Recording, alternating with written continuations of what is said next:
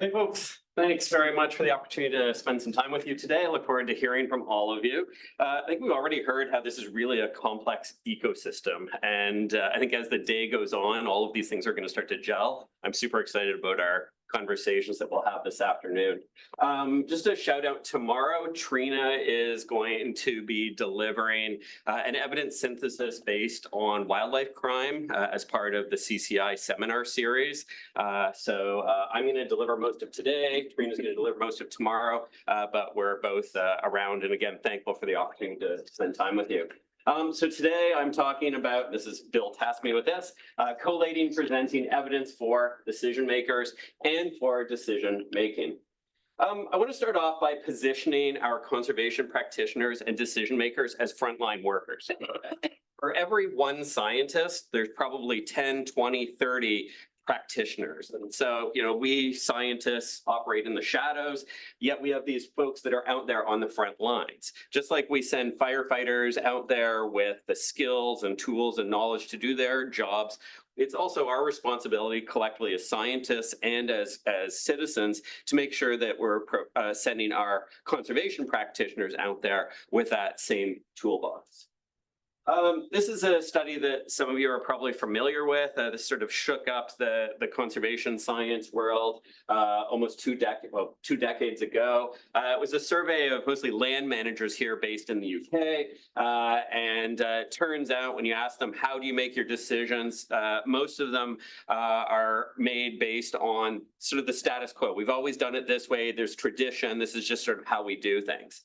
I pulled this slide out on a number of occasions. People are like, that's the UK, that's land managers. We've done this in Canada in a fishy context. Turns out it's exactly the same.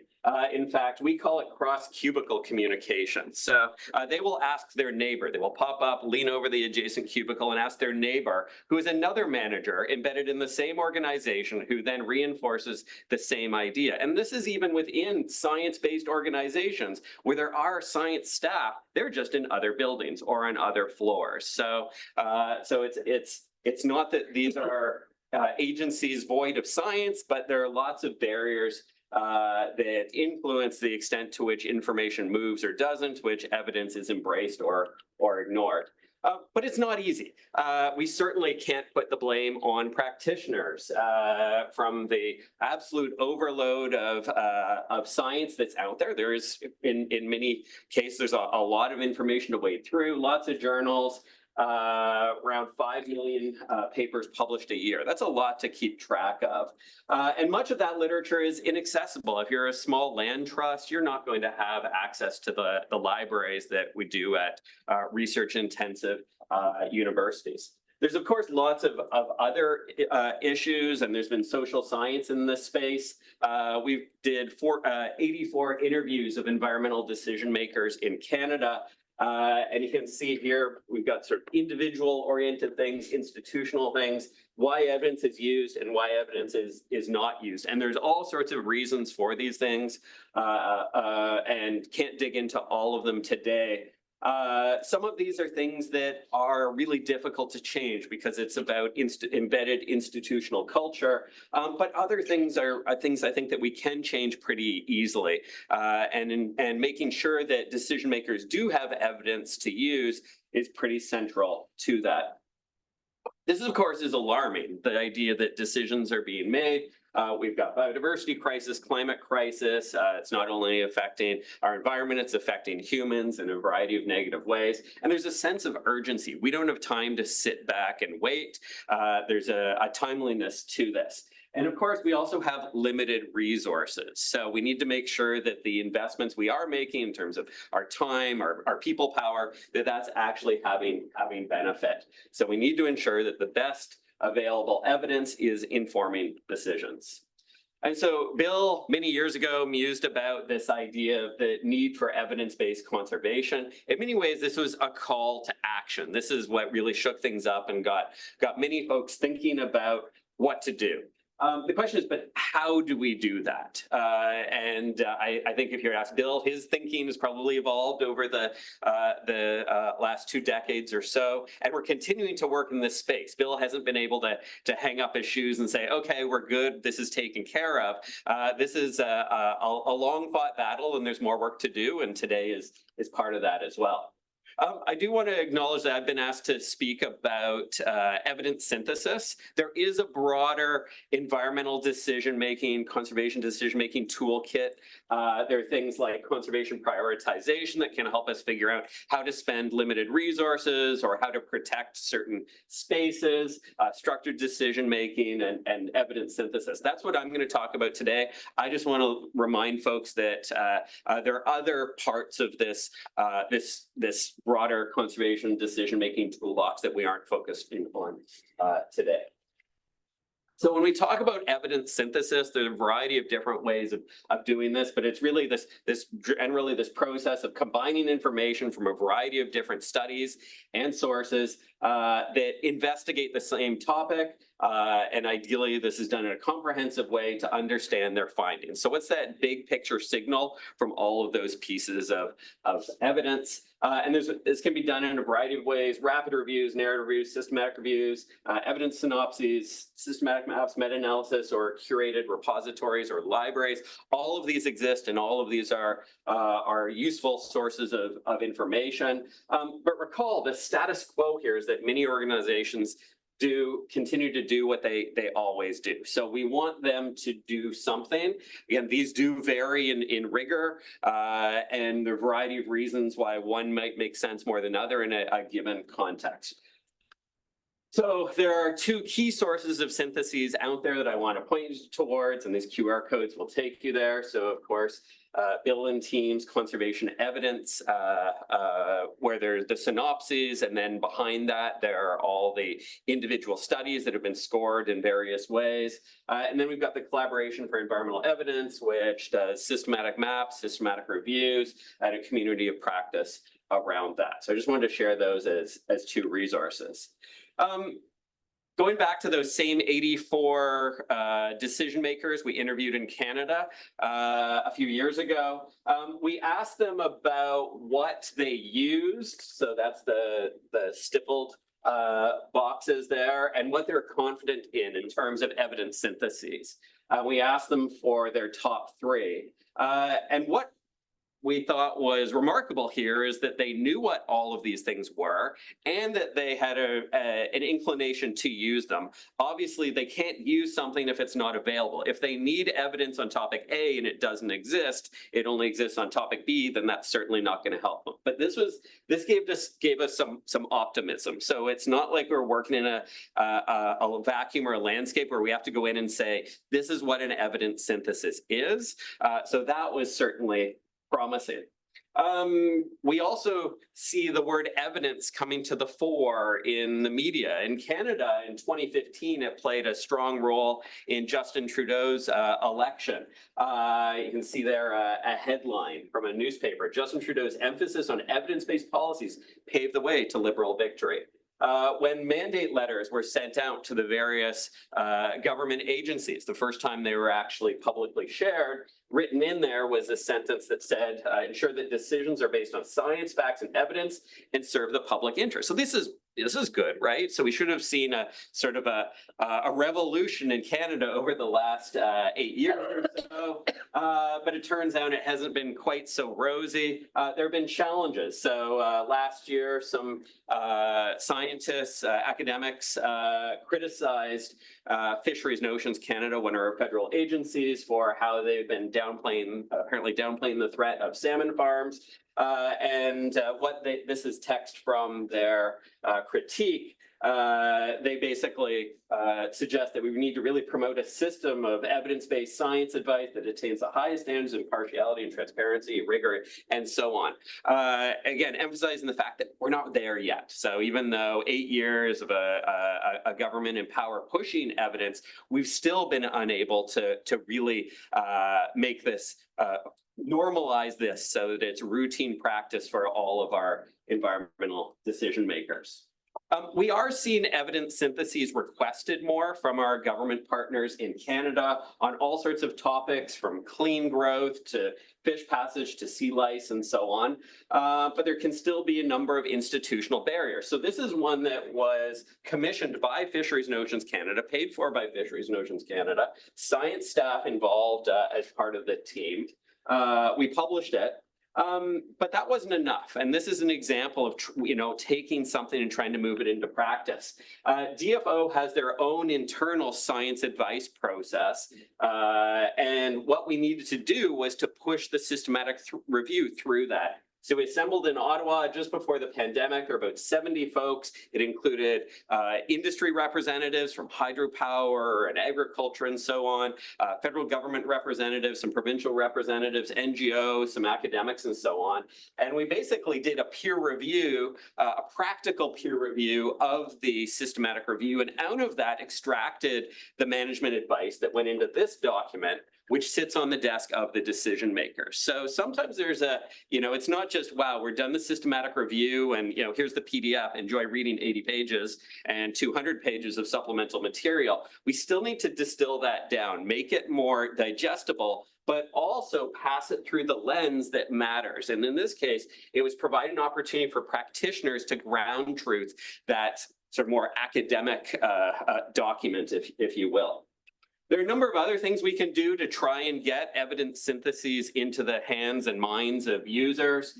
Plain language summaries or management briefs. This is something the Collaboration for Environmental Evidence has been doing.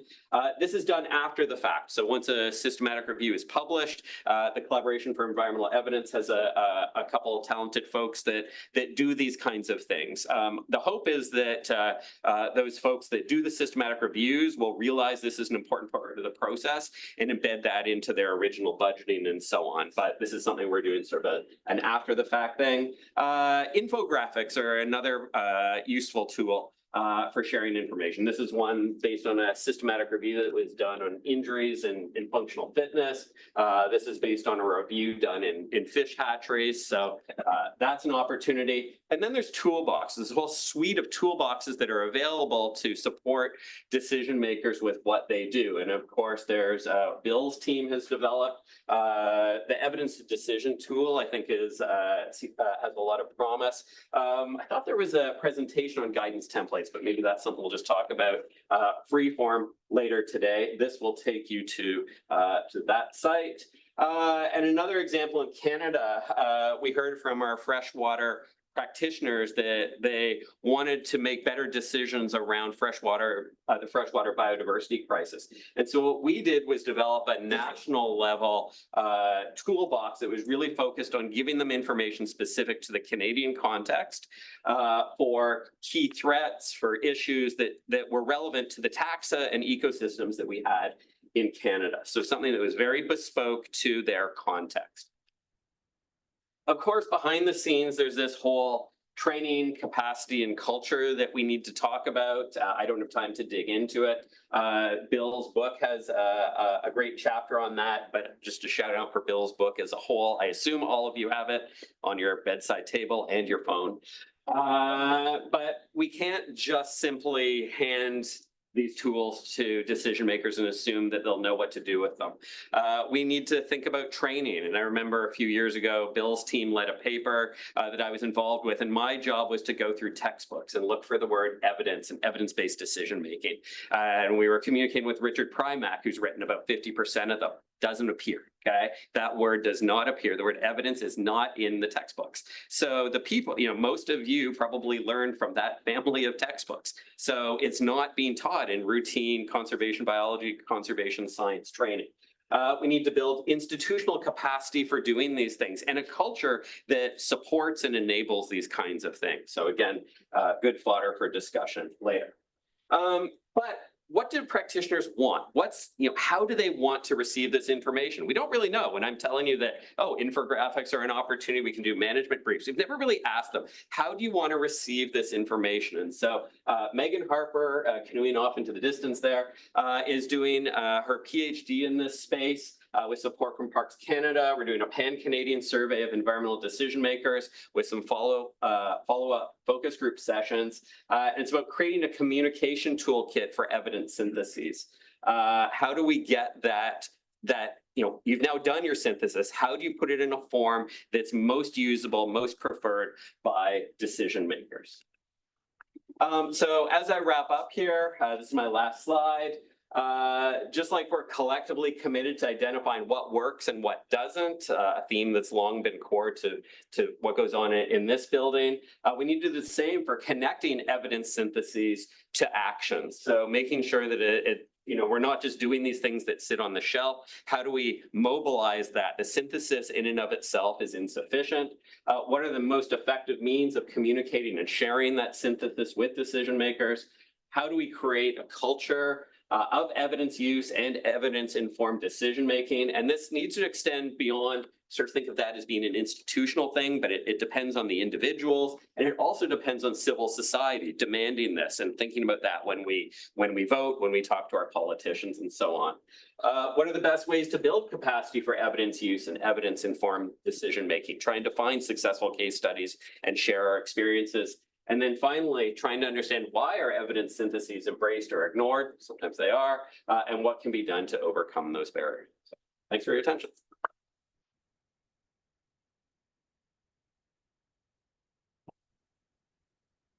We've got time for a couple of questions, and do shout if there's anything online that's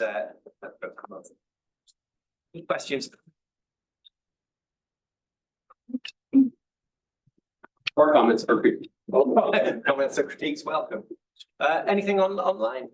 Hand back. Yeah, gentleman at the back. Dave Stone from JNCC. Thanks, Steve. Really good talk. I applaud a lot of the stuff that you put there. The thing that's missing for me, some of that, and I wonder your reflections on how it could be incorporated, is how we bring in the multidisciplinary context to these things. What you talked about were a lot of very natural science type reviews. How do we bring in the social science, the economic sciences to give decision makers well-rounded options? Yeah, absolutely. And there's certainly challenges with doing that and trying to tackle questions that are themselves cross-disciplinary is challenging. Tomorrow, one of the things we'll talk about is an attempt to look at the connection between governance and conservation outcomes. And there's always one or two steps removed. So you can look at governance and you can look at decision making, but there's this missing piece to connect the dots. Something else I didn't speak about, but I think 2 talks from now we're going to hear about Indigenous knowledge systems. So how do we weave and braid different knowledge systems? In Canada, 4.9% of our population are Indigenous, and we've got not just a moral imperative, but a legal imperative to consider Indigenous knowledge and knowledge systems in these processes. So how do we take Bill the Elder's accumulated knowledge that's been passed along for generations and reconcile that with, we can't get an effect size out of that. So how do we bring these things together? So there's huge challenges in that space as well. We've got a question online. Yeah, we've got a question from John Fisher at Pew, who asks, what fraction of scientific studies you read do you think are well designed and formatted to inform action? So when doing systematic reviews, there's a critical appraisal phase where papers are scored. So in other words, you can't, not everything published in science is great, and not everything published, that's in gray literature is bad. In fact, it can be skewed very much the other way. So every paper has to be judged on its own merits. And we are always trying to, my students, my undergrad students from day one at Carleton, pull out their bullshit detector, as you're reading. Do the conclusions of the paper jive with the experimental design, with their findings, and so on? So there certainly are lots of instances where conclusions are not supported by the science within the paper. So that's the importance of developing critical thinking skills and not putting peer-reviewed papers on too much of a pedestal. So certainly peer review is important, but peer review is also imperfect because it is a human endeavor. Thanks very much indeed.